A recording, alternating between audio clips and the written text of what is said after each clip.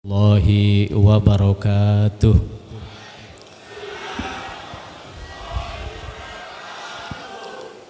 Alhamdulillahi rabbil alamin.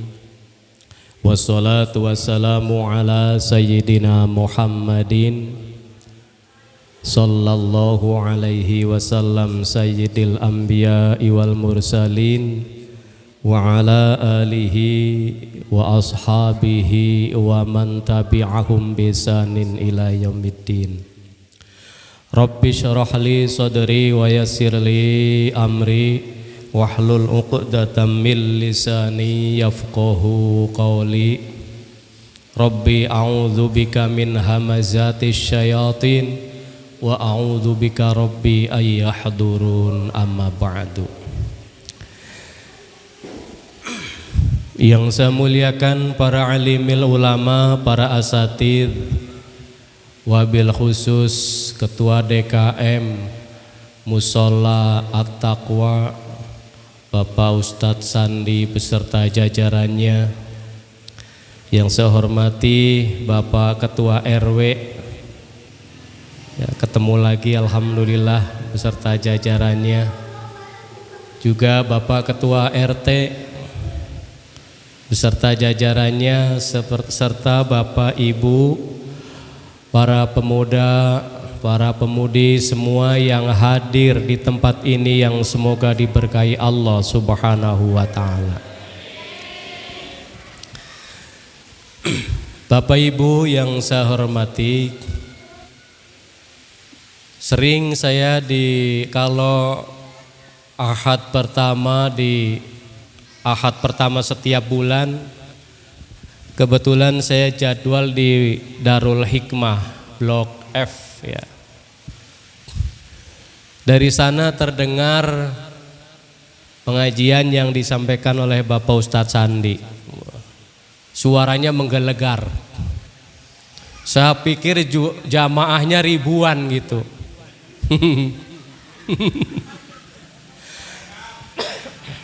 Ya. Dan juga saya kaget, takjub, ternyata musholanya besar ini, ya. Ini taraweh penuh, Bu. Alhamdulillah. Musholanya nggak masuk angin, nggak ya, luar biasa. Nih puasa udah tanggal-tanggal begini mah ya, jadi jamaahnya tambah maju. Iya, sama di Kadongdong kayak begitu, jamaahnya tambah maju, ya. Ibu-ibu yang tadinya awal-awal Ramadan rajin di masjid, rajin di musola, sekarang rajin di pasar. Yang tadinya ibu-ibu rajin tadarus Al-Quran, sekarang tadarus Lazada sama Shopee. Maka sebentar-sebentar Shopee. Sholat HP-nya nggak di silent, kedengeran Shopee. Ya Allah. Tapi bahagia, Bu, ya. Bahagia, ya. Itu yang penting. Sebagai orang Islam itu kita harus bahagia. Sebagai orang Islam itu kita harus senang. Kenapa? Kalau kita senang, kalau kita bahagia, berarti menunjukkan kita senang menerima ketentuan Allah Subhanahu wa ta'ala. Ya. Bapak Ibu hadirin jamaah rahimakumullah. Ini air nggak ada warnanya semua, ya. Nggak apa-apa dah.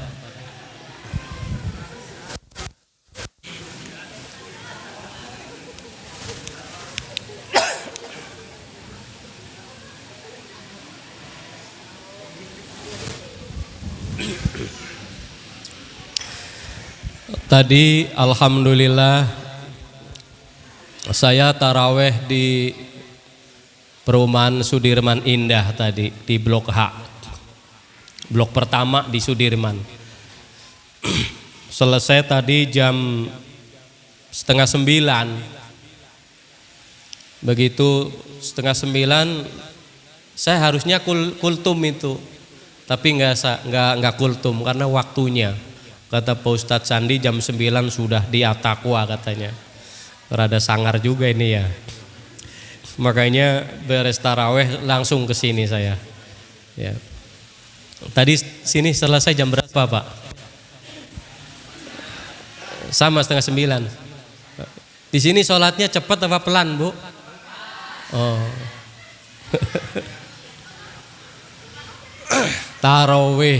Taraweh itu artinya santai, istirahat. Harusnya sholat taraweh itu sholatnya santai. Tapi di negeri bagian wetan itu ada sholat taraweh cukup 8 menit. Aduh, luar biasa.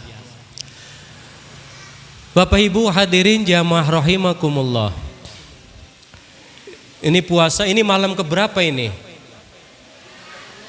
Ke 19 ya? Atau lebaran masih lama ya? Berapa hari lagi? Mudik berapa hari lagi? Seminggu. Ya.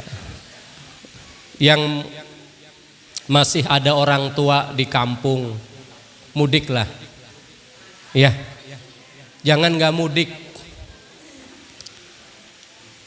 Dulu ketika ibu saya masih ada, saya setiap tahun wajib mudik. Saya wajibkan diri saya mudik. Makanya setiap tahun setelah sholat Id saya berangkat. Ya, selama 26 tahun saya di Tangerang, saya selalu mudik. Bahkan ketika itu istri baru melahiran di tanggal 17 Ramadan. Pas lebaran saya mudik walaupun cuma 2 hari naik motor. Ke Cilacap saya Pak, Bu. Ya. Saya mudik terus. Kenapa kita harus mudik? Mudik adalah cara kita membahagiakan orang tua kita. Kasihan ketika kita di perantauan, kemudian orang tua yang lama tidak ketemu anaknya, orang tua yang lama tidak ketemu cucunya, itu kangennya luar biasa. Bahkan ketika kita pulang membawa anak, terkadang yang diterima oleh orang tua kita itu anak kita atau cucunya. Anaknya kadang dicuekin. Bener Bu? Oh. Makanya mudiklah. Jangan sampai orang tua kita menderita rasa rindu kepada anak-anaknya. Ketika kita tidak mau mudik, rasakan nanti ketika bapak punya ibu, anaknya jauh dari kita. Rasakan andaikan anak kita tidak bisa mudik di saat lebaran. Pasti akan merasakan penderitaan yang luar biasa. Bahagianya tidak sempurna karena anak cucunya tidak ikut bersama orang tuanya atau neneknya atau kakeknya. Makanya mudik Pak. Kalau mudik dari Tangerang bawa makanan yang enak-enak buat orang tua. Ya. Ini mah mudik kelakuannya orang Mustika. Mudik bawa kongguan 2 kaleng. Mudik ke Jogja, eta kongguan habis di jalan sekaleng. Kemudian datang ke orang tua cuma dapat 1 kaleng. Udah cuma ngasih kongguan doang. Tapi begitu balik ke Mustika, Masya Allah, Allahu Akbar. Tuh mulai pada ngaku kan. beras sekarung diangkut, gabah jadi kelapa dibawa. Ya, ada kacang tanah baru panen. Ya, pura-pura mah, Bu, saya bersihin dulu nih ya. Iya, padahal mau dibawa. Ini kelakuannya orang mustika. Ada ayam baru gedean dikit, pas kalau dibekakak dibawa. Kata mama, kata ibunya, emang ada kandangnya di sono? Ada, Bu, saya udah bikin di depan rumah, katanya. Terus apa lagi?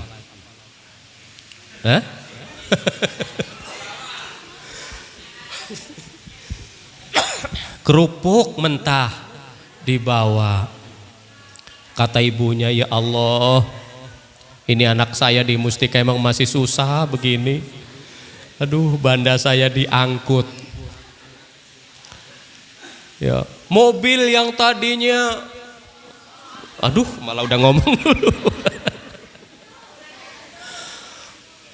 Mobil yang tadinya kosong, penuh.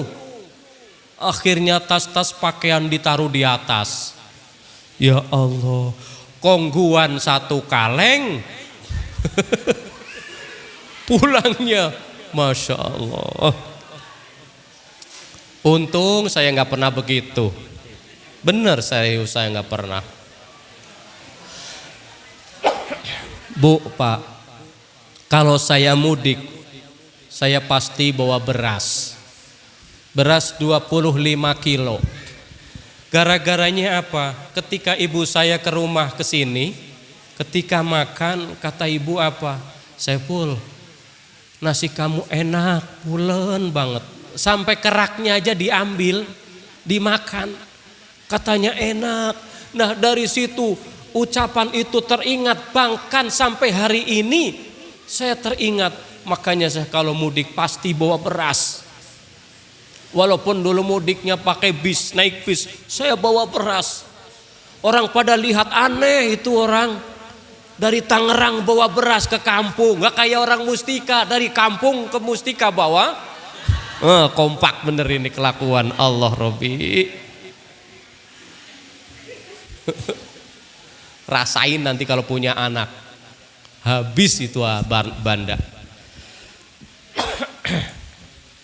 Bu, Pak, ketika bapak mudik, ibu mudik, sungkem di hadapan orang tua.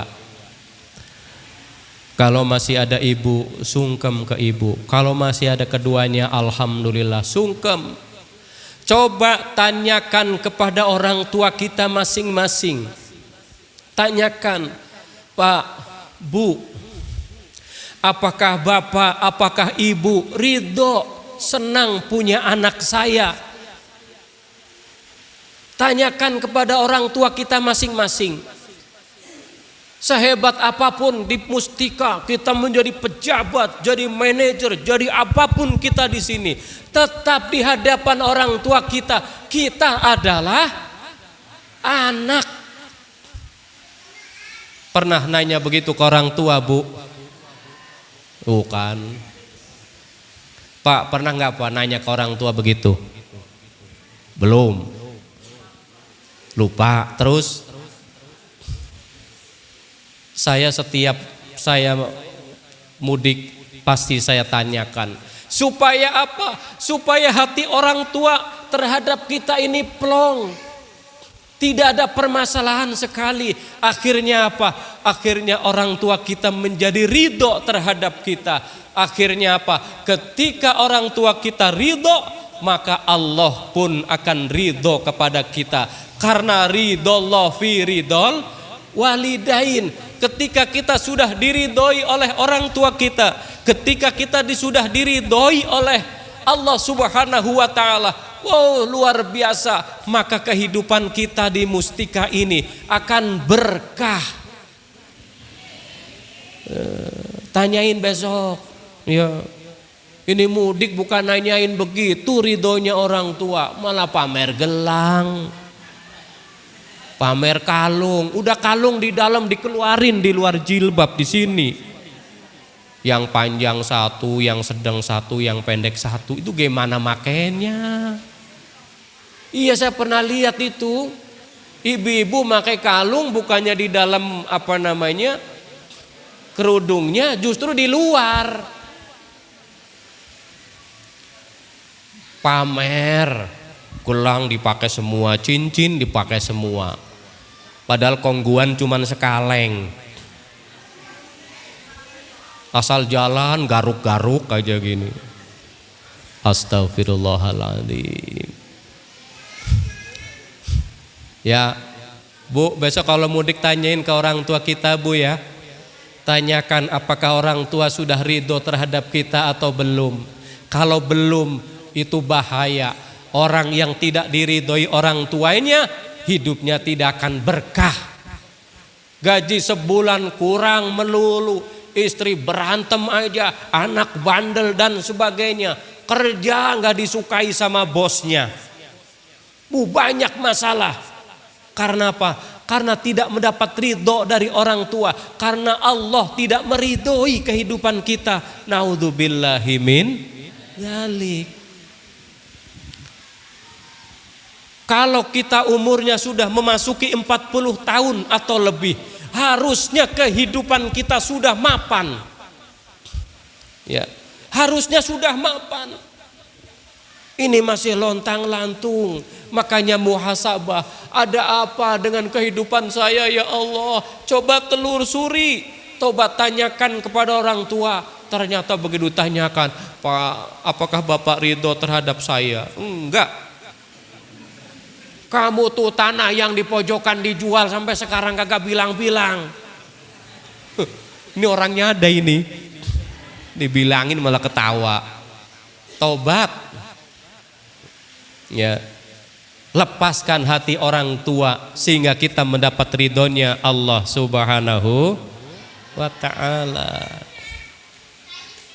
Makanya Bapak, ini saya ngajarin Bapak ibunya dulu, anak-anaknya ntar. Makanya Bapak Ibu kalau salaman sama orang tua kita, pegang tangannya, kemudian cium. Ini mari taruh di pipi. Atau ibunya salaman sama orang tuanya ditaruh di pipi, bapaknya juga. Atau anaknya ditaruh di jidat, panas dia udah. Ya Allah. Ada anak salaman sama orang tuanya kagak cium tangan, ada. Ini ada nih orangnya nih. Ada ini. Yang satu pakai peci, satu pakai nih. Kerudung. Ya. Nih. Ini cerita mudik dulu. Ya mudik besok Bu ya. Mudik. Tujuannya silaturahmi, menyenangkan hati orang tuh. Tanyakan kesukaan orang tua apa, bawain dari sini, dari Mustika bawain. Saya kayak begitu, asal mau mudik Bu, mau bikin apa, bawain apa. Bikinin rendang ya, iya. Saya cari tukang rendang yang paling enak. Wih bener saya itu. Saya pesenin, bikinin rendang 2 kilo aja, 2-3 kilo, iya. Jika dites enak, bawa pulang. Ibu bahagia sekali. Bu ya, kongguan bawa yang banyak. Yuk kongguan, pokoknya jangan banda orang tua jangan diangkut-angkut lah. Udah jangan. Saya kalau mudik pasti dikasih duit sama ibu. Sampai saya malu, Bu jangan atuh sama udah tua, saya bilang. Mau tua kayak apa, kamu juga anak saya katanya. Iya tapi janganlah, saya bilang. Jangan, ini bener serius. Nggak kayak orang Mustika, beneran nambah bensin katanya. Ya Allah. Bu, setiap bulan kalau bisa ibu bapak ya kirim duit buat orang tua ya. 500.000 lah, 1 juta lah, rutin setiap bulan. Karena mereka itu mendapatkan nafkah dari kita anak-anaknya. Kalau kita seperti itu, niscaya anak-anak kita nanti akan memperlakukan kita seperti itu. Birru aba'akum tabirrukum abna'akum. Berbaktilah kamu kepada orang tuamu, niscaya anak-anak kamu akan berbakti kepadamu. Jangan berharap kalau bapak ibu tidak berbakti kepada orang tua, kemudian punya anak yang berbakti. Jangan berharap itu. Bu, sangar Bu ya. Nih masalah mudik. Deal Bu ya, deal mudik ya. Nah, mudik. Udah deal ini.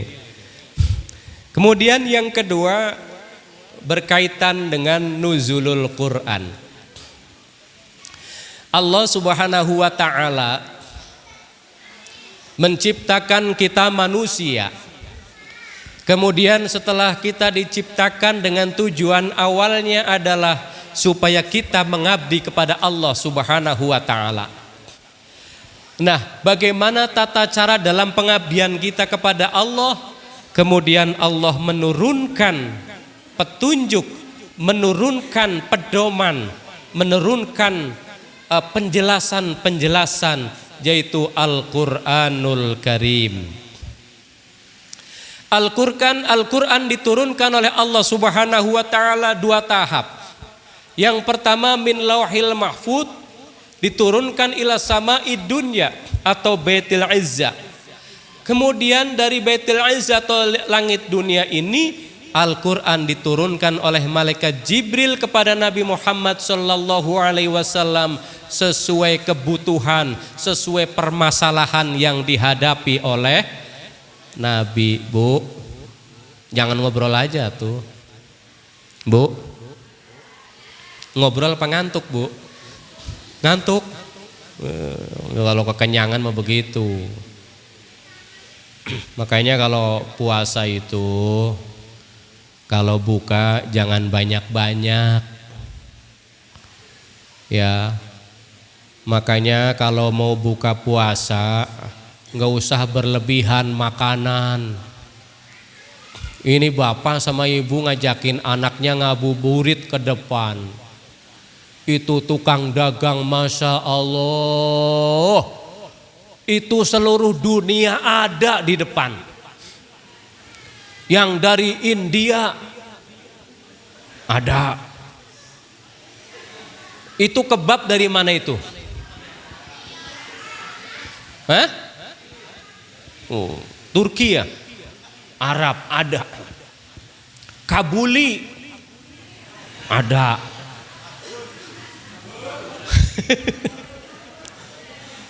Mie Bangka, sampai orang Bangka jualan mie di sini. Ada.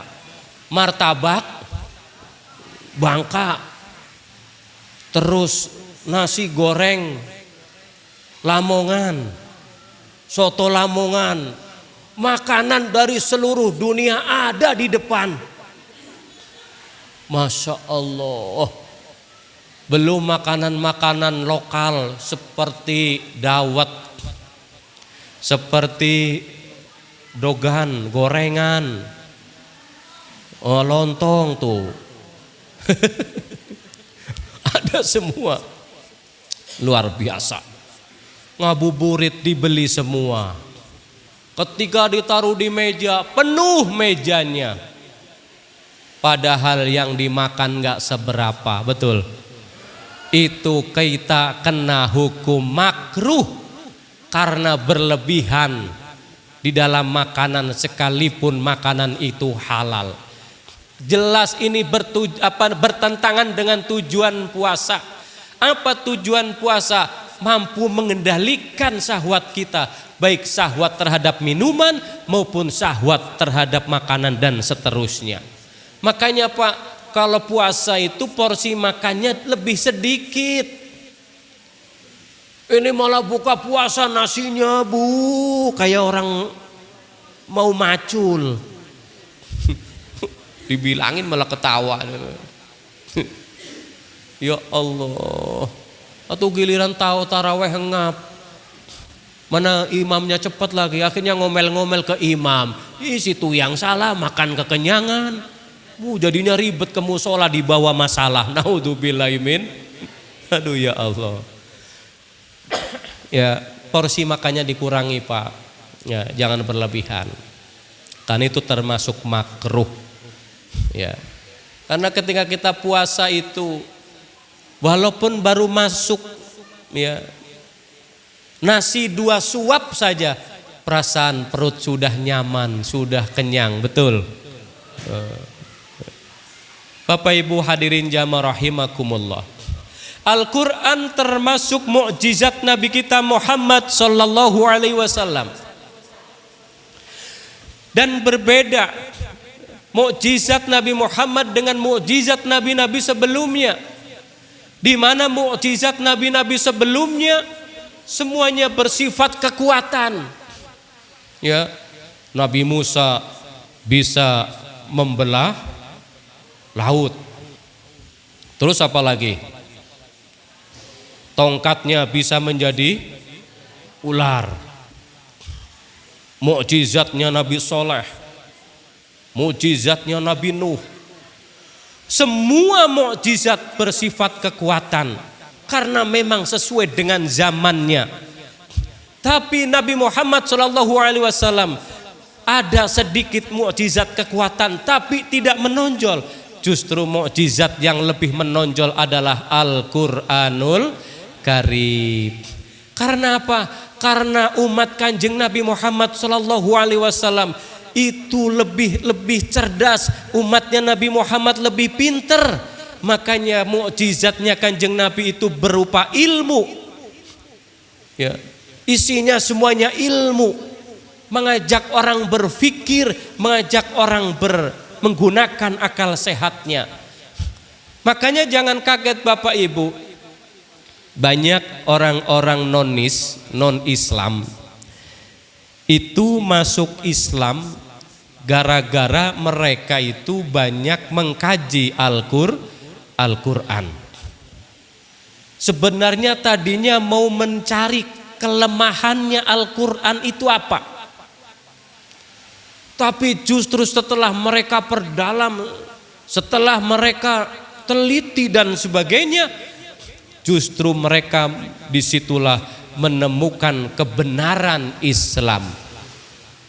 Makanya orang-orang yang masuk Islam itu, ya, para mu'alaf itu kebanyakan orang-orang cerdas, kebanyakan orang-orang pintar.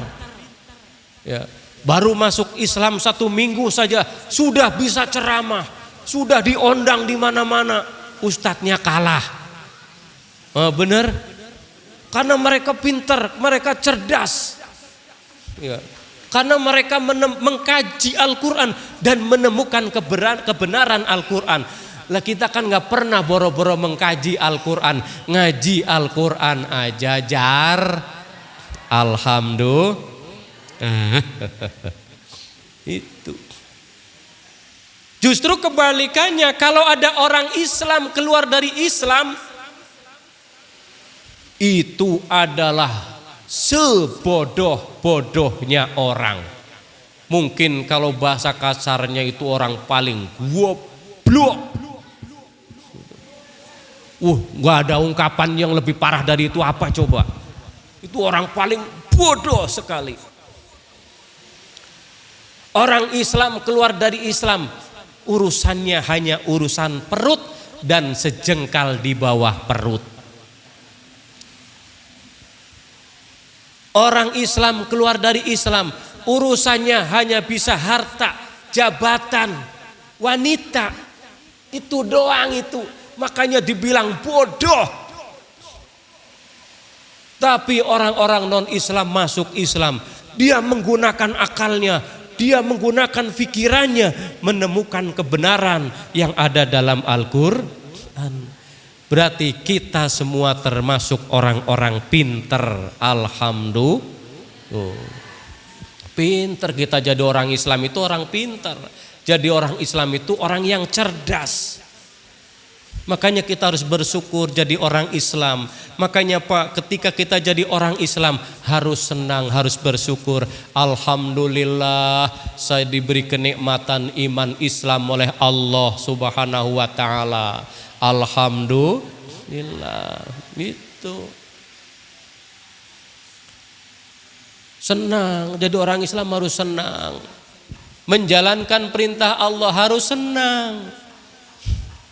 Ibu sholat sholat isya dilanjut tarawih harus senang. Imamnya lambat juga nggak apa-apa, nggak masalah. Imamnya cepat, siapa yang ngomong alhamdulillah itu? Senang Bu ya jadi orang Islam ya. Kurang apa kita mendapatkan kenikmatan dari Allah? Coba. Kenikmatan begitu banyak yang diberikan kepada kita. Makanya Al-Quran sudah mewanti-wanti, fabi ayyi ala'i rabbikuma tukadziban. Diulang-ulang. Karena apa? Allah melimpahkan begitu banyak kenikmatan kepada kita. Maka sudah sewajarnya, sudah wajib kita hukumnya untuk banyak-banyak bersyukur kepada Allah dan menjadi orang Islam yang senang. Nih mic-nya udah mulai mati nih. Jam berapa sih nih? Lagi semangat udah mati. Aduh. Ya. Al-Quran diturunkan bertahap sesuai kebutuhan. Sedangkan kitab suci yang zaman dahulu, baik Taurat, Zabur dan seterusnya, diturunkan oleh Allah jumlatan wahidah, dalam satu jumlah yang sudah lengkap, digotong sama malaikat gitu. Tapi Al-Quran diturunkan dengan bertahap sesuai kebutuhan. Ini mengajarkan kepada kita agar kita hidup ini harus bertahap. Jangan suka instan, jangan. Hidup harus bertahap. Pertama, butuh proses. Cerdas bener ibu ini. Sambung ngomong begitu, apa itu ya kata-katanya? Wah, nggak ketemu gitu. Waktunya proses, masya Allah. Pertama ke Mustika, ya kan? Kredit udah deal, punya rumah, alhamdulillah. Rumahnya masih standar, sumurnya juga masih standar, semuanya masih standar. Dengan terus berjalannya waktu, hari ini beli wajan, beli kenceng, ya Bu ya. Kemudian ada duit ya beli panci. Kompornya belum, lupa. Beli kompor dulu. Beli kompor yang tungkunya satu. Udah beli panci, kemudian beli wajan. Makan masih pakai daun pisang. Kalau enggak pakai piring plastik ya. Mangkoknya juga mangkok plastik. Sendoknya juga sendok. Ya namanya juga tahap awal. Begitu suami dapat gajian, beli sendok besi, beli piring keramik ya, mangkoknya masih plastik warna pink. Terus kemudian parabot sudah komplit, sudah ada semua. Pikiran berkembang lagi, berproses lagi. Punya duit 100 juta, akhirnya rumahnya direhab jadi bagus. Ya, sudah bagus, motor bisa beli, rumah sudah bagus, sudah disiapkan garasinya. Ya menghayalkan boleh-boleh aja Bu ya. Bebas. Ya bertahap, akhirnya luar biasa sekarang. Orang-orang Puri hidupnya sudah pada mapan semua. Alhamdulillah. Bertahap, sabar Bu ya. Jangan suka ngomporin suami ya. Ya, jangan suka ngomporin tetangga beli motor baru. Ya, Vario baru, keluaran terbaru. Dikomporin, dipanas-panasin. Orangnya ada enggak ini? Tadi perasaan ada. Tadi ada tadi. Duduknya di situ belakang tadi. Dikompor-komporin. Wah, Bapak ini gimana sih masa kalah sama sebelah? Padahal sebelah cuman security tapi motornya baru. Bapak kan manajer. Malu atuh Pak sama tetangga. Udah begitu, udah 3 hari belum ada kabar suami beli motor. Akhirnya ibu pasang layar di sini 2. Udah mulai pusing. Udah begitu lama-lama jatuh sakit. Kenapa sih Ma? Saya kepikiran aja Pak, pengen beli motor baru.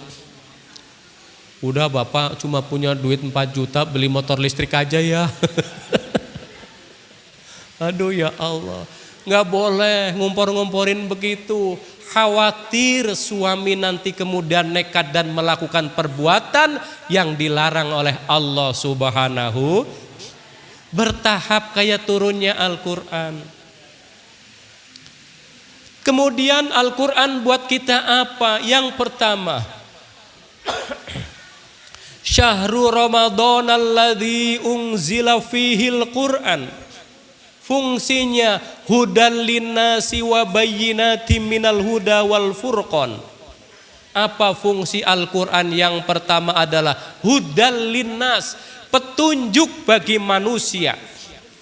Tidak hanya petunjuk hudal lil muttaqin dan seterusnya, tapi juga petunjuk untuk semua manusia. Karena apa?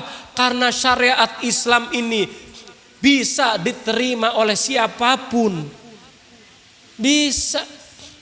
Makanya jangan kaget Pak, kalau orang-orang non-Islam sekarang sudah pandai ngomong Assalamualaikum. Iya, ketemu saja Assalamualaikum Pak Ustadz. Yo, segitu doang. Kan gak boleh dijawab. Kok gak dijawab Pak?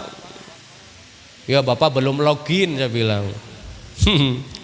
Iya, mau makan aja bismillah. Beres makan alhamdulillah. Nonis pada begitu sekarang. Karena memang enak. Ada di snack video itu, saya pernah kiriman di WA. Itu ketika si pendeta sedang berkhutbah di depan jamaahnya, kemudian ada gempa.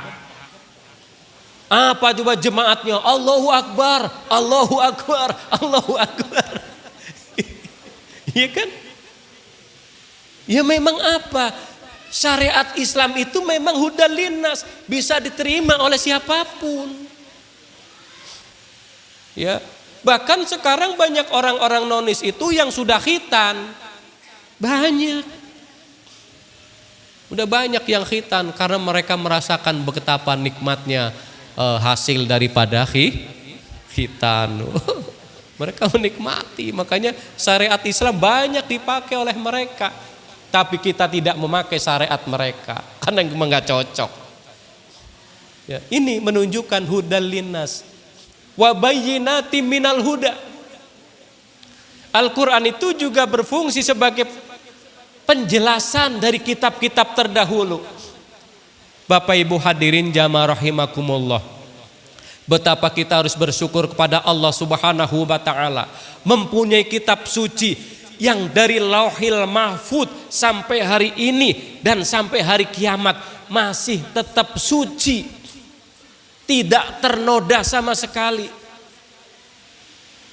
Ada dirubah 1 huruf saja pasti ada ketahuan, akan dirubah 1 syakal saja yang fathah jadi dhammah akan ketahuan. Dan Al-Quran di mana-mana, mau di Eropa, mau di Amerika, di Saudi, di Asia, semuanya sama. Semuanya sama. Bandingkan kitab-kitab yang lain di luar Islam. Wah sudah, cakadut pokoknya gak jelas. Ya kalau jemaatnya orang Sunda, kitabnya bahasa Sunda. Kalau jemaatnya orang Jawa, Jawanya Jawa Ngapak apa Jawa Wetan, beda lagi. Tapi Al-Quran mau siapapun manusianya, dari manapun dia berada, tetap Al-Quran bahasanya bahasa Oh, itu harus bangga. Menjelaskan syariat-syariat terdahulu. Maka logikanya kitab-kitab suci yang terdahulu itu sudah tidak berlaku dengan adanya Al-Quran. Karena apa? Sudah disempurnakan oleh Al-Quran.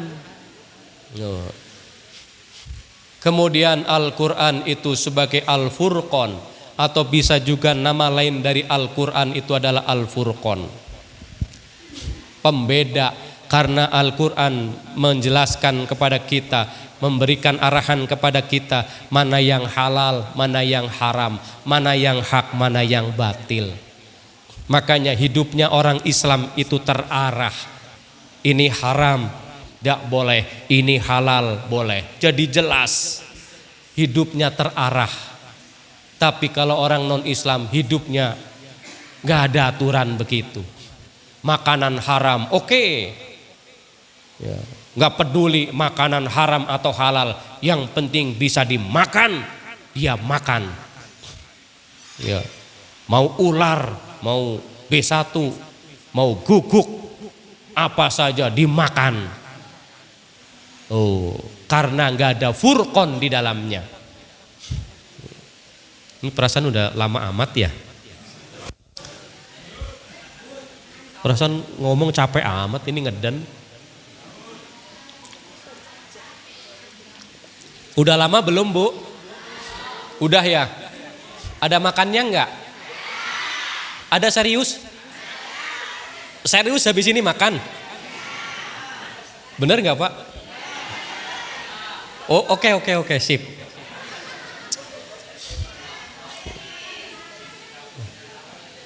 Nih, kalau kita kumpul, usahakan ada makannya.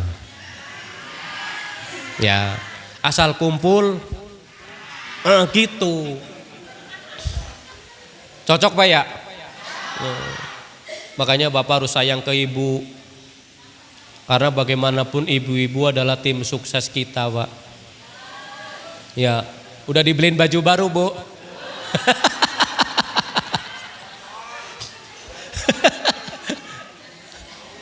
Nunggu THR. Itu suami ibu tiap hari begini aja udah karu-karu. Aduh. Ya Allah ya Rob, sabar Pak ya. Sabar Bu ya.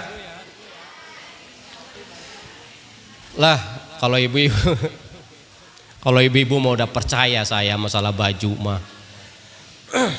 Beli lemari 3 pintu. Itu dari ujung ke ujung, itu semua bajunya istri semua. Bajunya bapak cuma ada 3 potong doang. Itu baju udah 4 tahun gak ganti-ganti. Asal ke musola baju itu dipakai, sarung itu dipakai. Sarungnya kayak dapat itu dari warung itu, karena langganan THR. Ya Allah. Baju kokonya dari perusahaan. Tapi bajunya ibu, Masya Allah, penuh.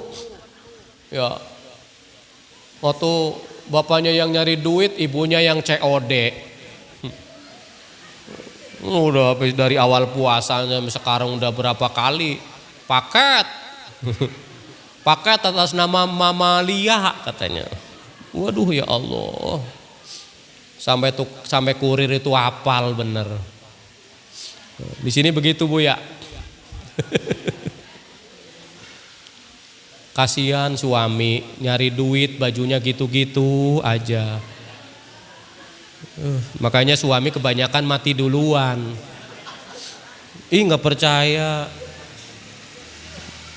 Makanya karena hidupnya udah tersiksa dia. Insya Allah di neraka ya, di akhirat nanti siksanya diringankan oleh Allah.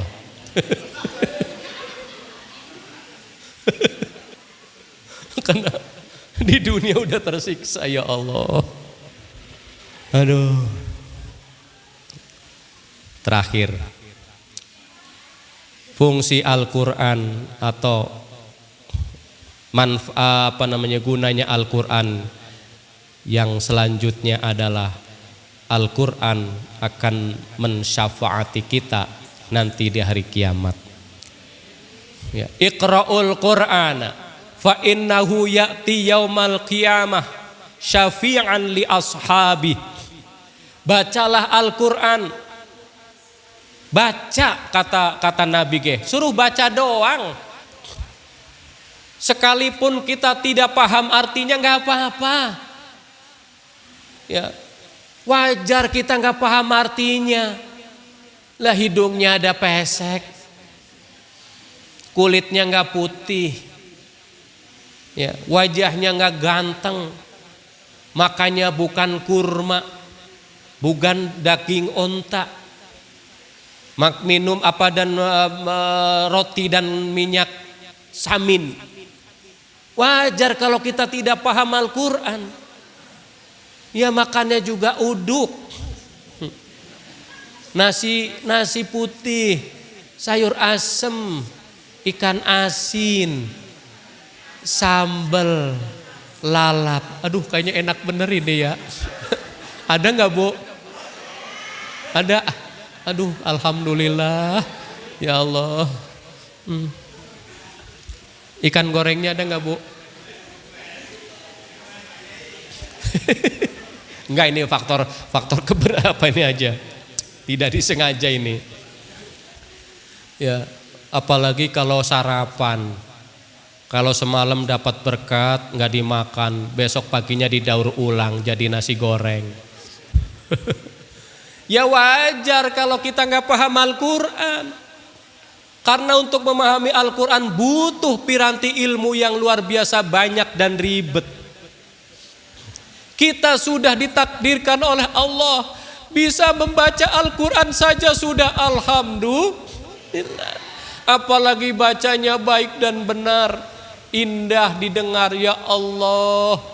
Makanya sunnah zayyinu aswatakum bil Quran, hiasilah suaramu dengan Al-Quran. Karena apa? Karena selama ini mulut kita kotor, mulut kita banyak mengucapkan kata-kata yang tidak baik, kata-kata yang tidak bermanfaat. Makanya agar indah kata-kata kita yang keluar dari lisan kita, indahkan lisan kita dengan bacaan Al-Quran. Baca yang rajin. Udah khatam berapa kali Pak?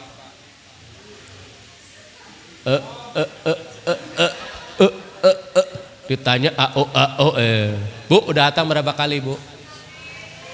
Sekali. Alhamdulillah. Masya Allah. Al-Quran dibaca dimanapun akan indah. Ada orang mati dibacain Al-Quran. Ada orang hajat, ada orang walimah, malamnya dibacain Al-Quran. Ada orang nikahan dibacain Al-Quran. Orang mau bikin rumah, mau rehab rumah dibacain Al-Quran. Pantas dibacain dimanapun kapanpun indah Al-Quran. Coba Bapak malam-malam jam 12 karaokean, setel speaker yang kencang nyanyi, kalau nggak dikeroyok orang sekampung. Tapi kalau bapak-bapak malam-malam bacain Al-Quran, Masya Allah, Allahu Akbar. Orang yang rajin membaca Al-Quran akan mendapat syafaat, akan mendapatkan pertolongan dari Al-Quran. Alhamdulillah. Udah 1 jam Pak. Tuh. Biasanya kalau habis subuh, biasanya kalau di perumahan yang lain itu habis subuh tuh jam 7 tuh biasanya ibu-ibu baca Al-Quran. Di sini ada enggak? Karena kan enggak masak Bu ya. Enggak masak, tukang sayur kayak enggak ada. Akhirnya baca Al-Quran di musola rame-rame. Biarin aja Pak, jangan dilarang. Daripada mereka ngerumpi kan ribet urusannya. Orang sekarang ngerumpinya bukan lagi kumpul di bawah pohon mangga, enggak. Duduk santai sambil nunggu tukang sayur, enggak. Ngerumpinya orang sekarang udah pakai HP. WA grup namanya mama-mama centil. Oh, yang ngerumpi aja. Pegang HP begini-begini, tahu-tahu ketawa. Kayak orang gila dilihat dari jauh. Dia ketawa sendiri. Kata anaknya, "Ih, Pak, Mama gimana itu? Ketawa sendiri." Biarin, lagi gila kali itu nih. Padahal lagi ngerumpi di WA grup. Tuh, sekarang udah begitu. Sekarang mulut sudah terkunci. Ya, apa namanya? Al-yauma nakhtimu ala afwahihim wa tukallimuna aydihim. Tangan-tangan yang berbicara. Sekarang sudah terbukti benar. Sekarang mulut jarang sekali ngobrol. Yang ngobrol itu tawa taktek, lincah bener itu, apa tangannya dikipet itu. Layar sentuhnya lincah bener. Sampai HP-nya hang.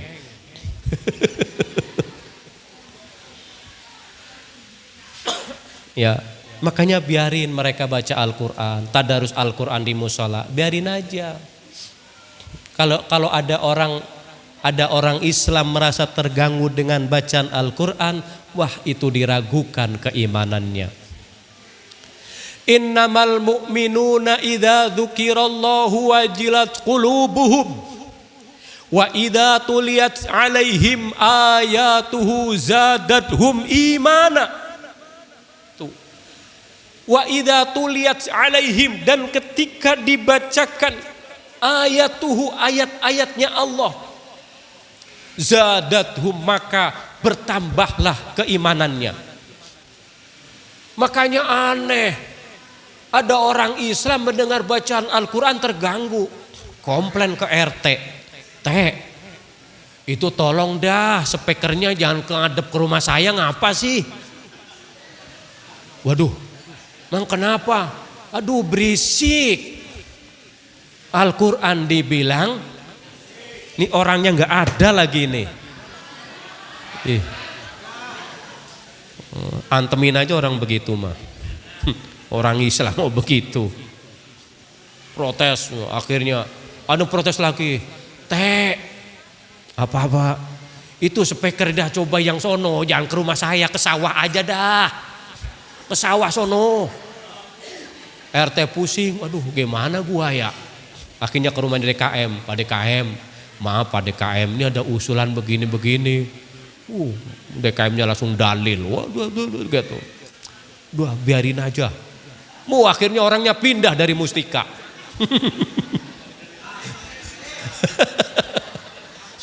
Ya Allah. Ini Al-Quran. Al-Quran ini wa idza tuliyat alaihim, dan ketika dibacakan atasnya ayatuhu, ayat-ayatnya Allah, zadathum, bertambah keimanannya. Makanya kalau kita dengar Al-Quran, jangan sampai sekali-kali dalam diri kita, dalam hati kita merasa tidak suka. Khawatir itu masuk pada kriteria orang-orang fasik. Naudzubillahi min. Udah segini aja ya. Nasinya udah adem tuh. Bener Bu, ada nasinya Bu. Ntar bungkusin dah buat anak-anak saya. Enggak Bu, begini Bu, jangan salah paham. Tadi kata anak saya, Bi, mau tarawih di mana? Di Sudirman. Oh, terus kemana lagi? Ke Mustika, apa? Nuzulul Quran. Ada berkatnya dong. Duh, atau ada. Maka untuk membuktikan kata-kata saya itu, Bu. Masa saya pulang dari sini untuk membuktikan harus ke rumah makan Padang? Gara-gara dari sini nggak dikasih berkat? Wah itu. Pertanggungjawaban saya kepada anak saya Pak Bu. Jadi mohonlah. Ini dukunya kalau ada bawa pulang aja lah ini. Nggak sempat makan nih. Ya kalau bisa tambahin, masa segini doang ya.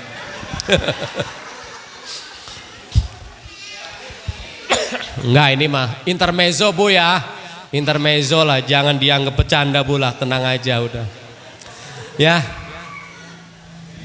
Rajin baca Al-Quran Pak Bu ya. rajin ya.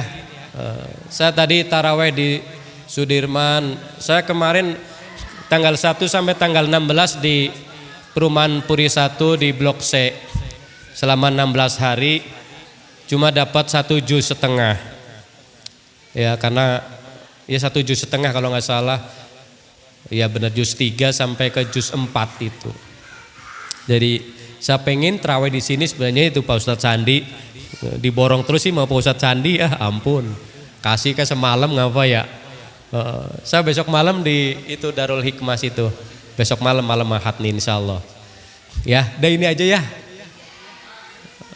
Tadi paham nggak sama yang saya sampaikan Pak Bu? Paham ya? Saya kalau ngaji mah bercanda begitu Bu. Ya masa ngaji serius, udah dari rumah pusing, banyak pikiran, ke musola pengen tenang, pengen adem, malah diteror sama ustadznya. Makanya saya nggak mau, saya senang itu hobi saya adalah menyenangkan orang lain. Membuat orang Islam senang, membuat bapak senang, membuat ibu senang. Alhamdulillah senang Bu ya. Alhamdulillahirabbil alamin. Dah itu aja yang bisa saya sampaikan ya. Yang pertama adalah mudik Pak ya. Yang kedua kongguan awas. Yang kedua ya rajin-rajin tadarus Al-Qur'an ya. Apalagi di bulan Ramadan Syahrul Qur'an. Ya fungsi Al-Qur'an begitu luar biasa banyaknya walaupun penjelasan kurang lama, kurang detil, hanya sekilas, tapi semoga ada manfaatnya. Ini saja yang bisa saya sampaikan. Doa biar Pak Ustadz Sandi aja. Demikian kurang dan lebihnya mohon maaf. Wallahul muwafiq ila aqwamit thoriq. Wassalamualaikum warahmatullahi wabarakatuh.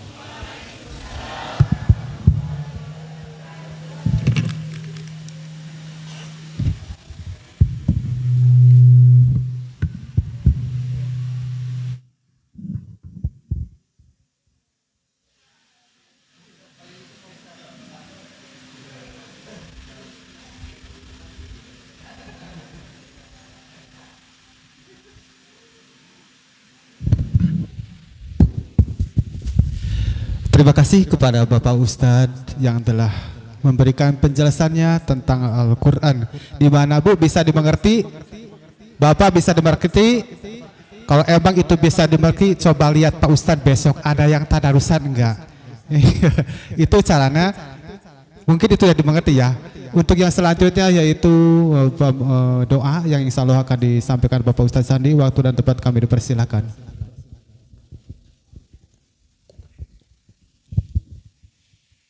Allahumma salli ala sayyidina Muhammadin fil awwalina wal akhirin wa barik wa sallim wa tabaraka wa ta'ala an kulli sahabati Rasulillah ajmain. Bismillahirrahmanirrahim. Allahumma hdinas siratal mustaqim. Allahumma hdinas siratal mustaqim siratal ladzina an'amta 'alaihim minan nabiyyin was-siddiqin was-syuhada was-shalihin wa hasuna ulaika rafiqa dalikal fadlu minal waqafa billahi alima wa salli wa sallim ala jamil anbiya wal mursalin walhamdulillahi rabbil alamin. Taqabbal ya karim. Assalamualaikum warahmatullahi wabarakatuh.